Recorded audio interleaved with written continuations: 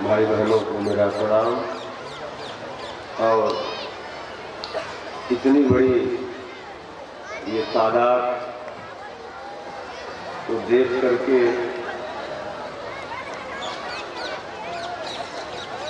गुरुदेव भगवान की वो शब्द याद आ रहे हैं। आपने कभी कहा था, मैंने कई बार इस बात को रखा है, आपने कभी कहा था कि बेटा आज मैं लोगों से रूबरू होना चाहता हूं, मैं लोगों से मिलना चाहता हूं, मैं लोगों से मिलने के ही लिए आया हूं, लेकिन आज मुझसे मिलने के लिए लोगों के पास टाइम नहीं है। और एक समय ऐसा भी आएगा कि हम नहीं होंगे लेकिन मिलने वालों की तादाद भी होगी।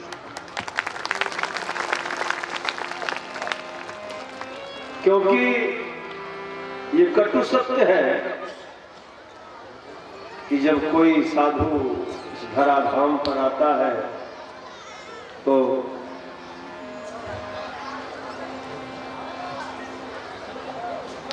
उस समय हम नहीं पहचान पाते,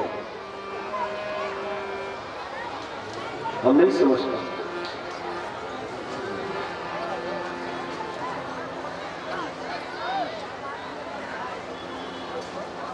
सोचने का विषय है कि आखिर संतों को धरती पर आने की क्या आवश्यकता है, संत हमारे जीवन के लिए क्यों जरूरी है। साधु का आगमन, साधु का प्राकट्य, साधु का हमारे दिल के दरवाजे पर दस्तक देना क्यों जरूरी है। साधु कैसे मिलता है, साधु कहाँ। कल एक बच्चा आए, पत्रकार आए थे, उसने कहा कि हम आपका इंटरव्यू लेना चाहते हैं। मैंने कहा बेटा इंटरव्यू में आप क्या पूछोगे। बोले मैं जानना चाहता हूं कि आपको ऐसा क्या समझ में आया कि आप गुरुदेव भगवान के साथ में लगे। आपको ऐसा क्या समझ में आया कि आप इलाहाबाद छोड़ करके बिहार आ गए। ऐसे तमाम सवाल। तो मैंने कहा यार देखो ऐसा है कि पहली बात तो ये कोरोना काल का मामला चल रहा है और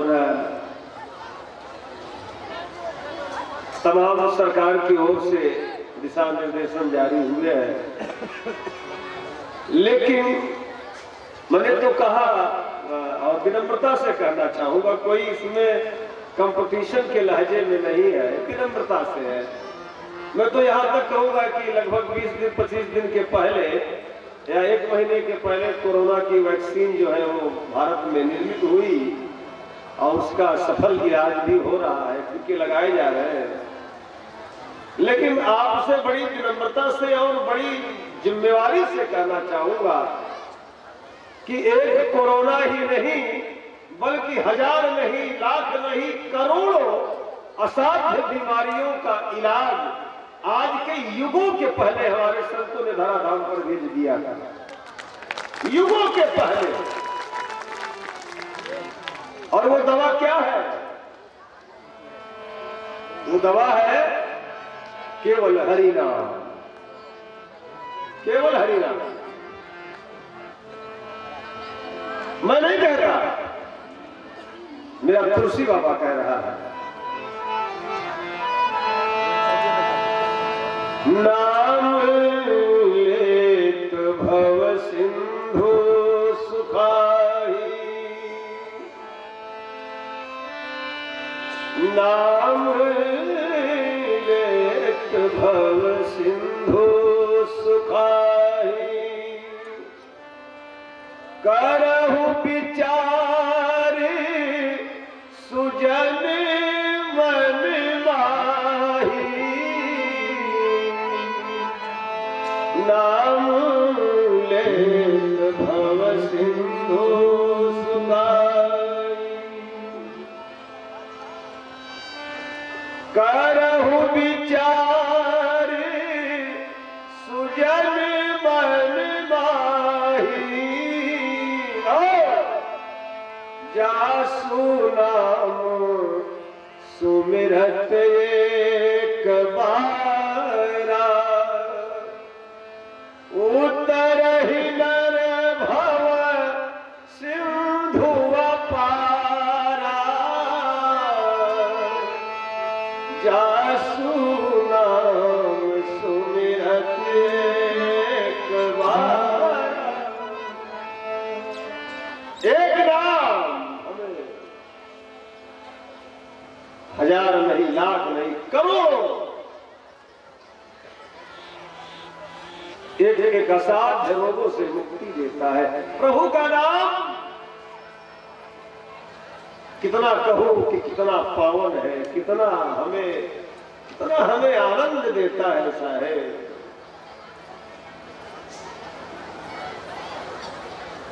तो मैंने कहा कि बेटा ये सवाल मत पूछो कि आप रहोना कैसे आए, आप बाबा जी के साथ क्यों लगे। मैंने कहा ये सब, और एक बात मैं सभी भाई बहनों से बड़ी विनम्रता से कहूंगा, कभी भी अगर आपके अंदर ये कोई बात पैदा हो कि हम किसी साधु को खोजे, हम किसी सदगुरु को खोजे, उसको अपना गुरु बना ले, पूरी उम्र गुजर जाएगी साहब, नहीं खोज पाओगे। क्यों? क्योंकि साधु को खोजना नहीं पड़ता, साधु को खो जाने से मिलता है। खो जाने से जो खो जाता है उसको कोई साधु, कोई परम संत मिल जाता है। साधु खोजने से नहीं मिलता। ये पुरुषार्थ का सब्जेक्ट नहीं है, ये तो कृपा का सब्जेक्ट रहता है। और मैं नहीं कहता, मैं तुलसी बाबा कह रहे हैं।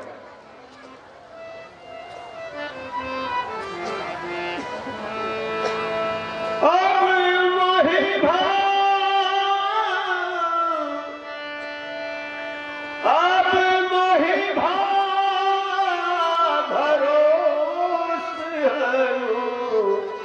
मनता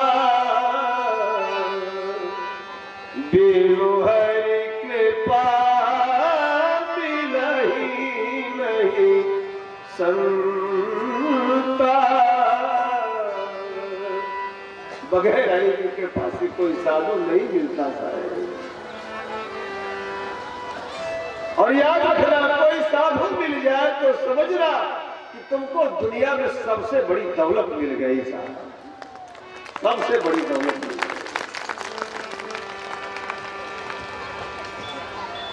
कोई व्यक्तिगत अगर मुझसे कहे,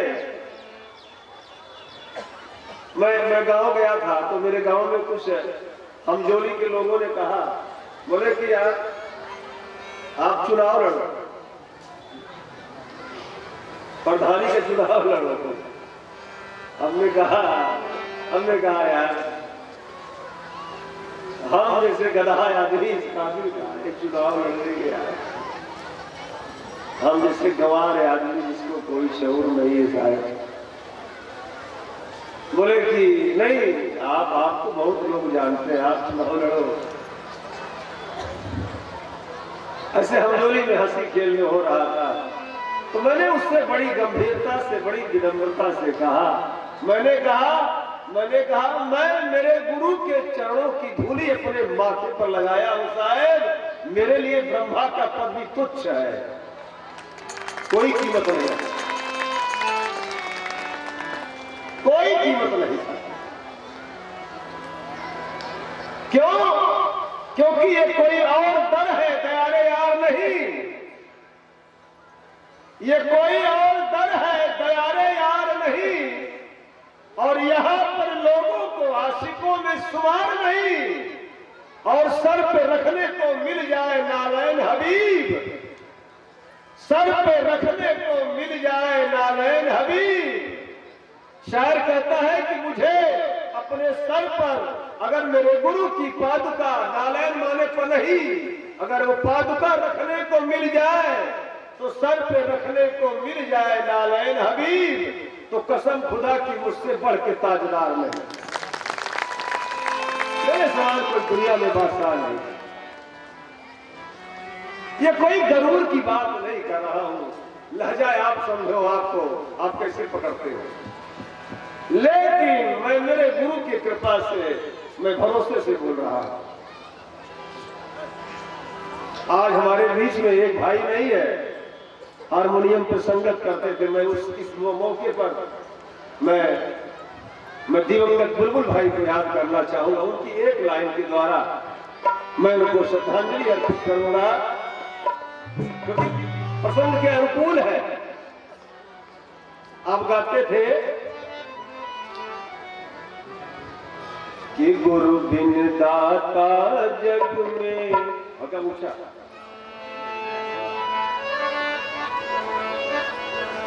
कि गुरु बिन दाता जग में कोई नहीं, गुरु सब दाता जग में कोई नहीं, गुरु सब दाता जग में कोई नहीं, सब जग मानहारा, सब जग मानहारा, सब जग मानहारा, गुरु सब दाता जग में कोई नहीं, गुरु सब दाता जग में कोई नहीं। और इसी में लाइन आपने गाया है कि यार सखी तीरथ गुरु चरण में, यार सखी तीरथ गुरु चरण में, और सखी तीरथ गुरु चरण में, और सखी तीरथ गुरु चरण में, अरे तारे संत पधारा, गुरु सब दाता जग में कोई नहीं, गुरु सब दाता जग में कोई नहीं, हो सब जग मानहारा, सब जग मानहारा, गुरु सब दाता जग में कोई नहीं, गुरु सब दाता जग में कोई नहीं।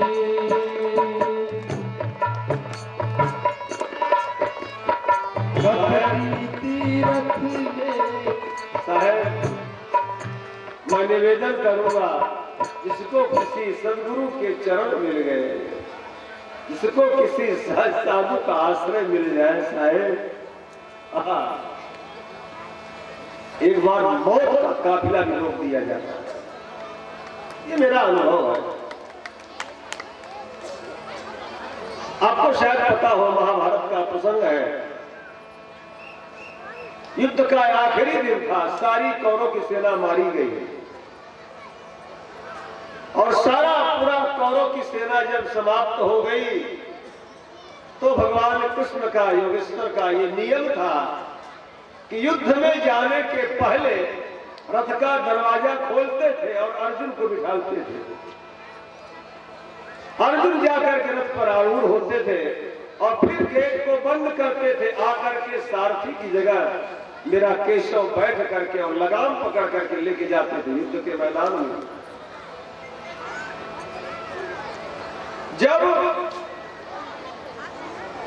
वापसी होती थी तो केशव उतरते थे और फिर दरवाजा खोलते थे, अर्जुन बाहर निकलते थे और फिर गेट को बंद करके ले जाकर के रथ को खड़ा कर दिया जाता था। ये एक कोई मालिक है, गाड़ी मालिक है तो ड्राइवर अगर है तो मालिक को पहले गाड़ी में बिठाता है, फिर आकर के ड्राइवर गेट बंद करके अपने स्थान पर जाकर बैठता है। साहेब,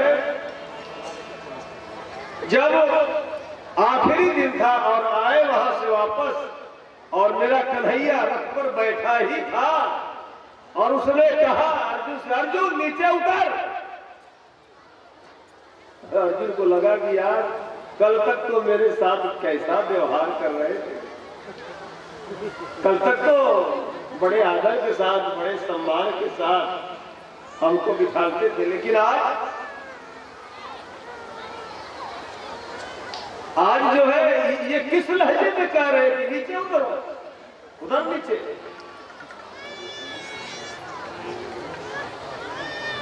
लेकिन अर्जुन को ये पता था कि ये कोई साधारण मानव नहीं। यदा यदा हि धर्मस्य ग्लानिर्भवति भारत, ये कोई एक अवतार है, ये पता था उन्हें। और ये दुनिया में लोक कल्याण के लिए उन्होंने नर्तन धारण किया है, ये अर्जुन जानते थे। और साहेब जब भगवान ने कहा अर्जुन उतर नीचे, तो अर्जुन नीचे उतर गए। बोले दूर हट जा, दूर हट। अर्जुन रथ से दूर हट गए और हटने के बाद मेरा कन्हैया साहब रथ से नीचे उतरे और उतरने के बाद लगाम को हाथों में पकड़ रखा था। और रथ से दूर हट करके जब उन्होंने लगाम को पकड़ा तो उठा करके लगाम को फेंका ऐसे रथ के ऊपर। और साहब कथा बताती है कि लगाम को फेंकना और रथ में आग लग जाना, जल उठा, धू धू करके जल उठा। अर्जुन को बड़ा हैरत हुआ कि ये क्या माजरा है, ऐसा क्यों, ये क्या हो रहा है। अर्जुन एक दीन भाव से, जिज्ञासु भाव से भगवान के पास गए। बोले कन्हैया आप ये क्या लीला है आपकी। भगवान ने कहा कि अर्जुन तू सोच रहा था कि तेरे समान दुनिया में कोई धनुर्धारी नहीं है, तू जान रहा था कि मेरे समान कोई बलवान नहीं है, तू जान रहा था कि मेरे समान कोई इतना बड़ा तेजवान कोई वीर नहीं है। सत्यता यह है कि तेरे बाणों से कहीं तीखा प्रहार और तीखी जो धार थी वो कर्ण के बाणों में थी। तुझसे ज्यादा बलवान कर्ण था, लेकिन किसी भी अस्त्र शस्त्र का इस रथ पर असर इसलिए नहीं हुआ क्योंकि इस पर मैं बैठा था, इस पर मैं बैठा था। इसका मतलब इस छोटे से एक दृष्टांत का सूत्र क्या निकला। इसका सूत्र यही निकल रहा है साहेब, ये हमारी तुम्हारी जीवन की नैया पर कोई बैठा है जो लेके चल रहा है। और हम सोच रहे हैं कि हम बड़े बहादुर हैं या हम बड़े विद्वान हैं, हम बड़े योग्य हैं। ऐसा कुछ नहीं है साहेब, ऐसा कुछ नहीं, ऐसा कुछ नहीं। मैं निवेदन करूंगा, संत हमारे जीवन में इसीलिए आते हैं, संत का प्रागट्य इसीलिए होता है। मैंने एक बार कहा था कि जब सृष्टि के संचालन का एक समय आया तो परम परमात्मा ने ये सारा दायित्व जो है वो संतों को दिया। बोले आप देखो, आप चलाओ, आप देखिए। तो हमारे जीवन में अगर कोई सद्गुरु मिल जाए, कोई संत मिल जाए साहब, और संत की पहचान साहब ये है, वो हमेशा उसकी एक सबसे विशेष पहचान जो जो जो मैंने काट किया, जो मैंने महसूस किया है, मैं अपना अनुभव ही आपके सामने रख पाऊंगा। मैं कोई विद्वान नहीं हूं, मुझे क्षमा करिए, लेकिन जो मैंने महसूस किया, मैंने देखा है, मैंने बैरागी नाम के कलंदर में ये चीजें देखी है। और साहब मुझे माफ करना, हमने शास्त्र नहीं पढ़ा है, वेद नहीं पढ़ा है, लेकिन इतना जरूर कहूंगा कि मेरे गुरु भगवान के चरणों में रह करके उनके द्वारा जो कुछ मुझे एक पन्ने मिले हैं वो मुझे पढ़ाया गया, मैंने ज्यादा नहीं पढ़ा है। और साहब एक बात ये भी निवेदन करूंगा, बहुत ज्यादा पढ़ के क्या करना है, क्या करना। सबसे अच्छे मूढ़ जिन्हें व्यापी जगत गति। तो सबसे अजीब बात है कि हमारे जीवन में किसी संत का आगमन हो। और क्यों हो, प्रश्न नंबर 2, क्यों हो, काय लिए जरूरी है, क्यों? क्योंकि बगैर संतों के हमारा जीवन अधूरा, अधूरा।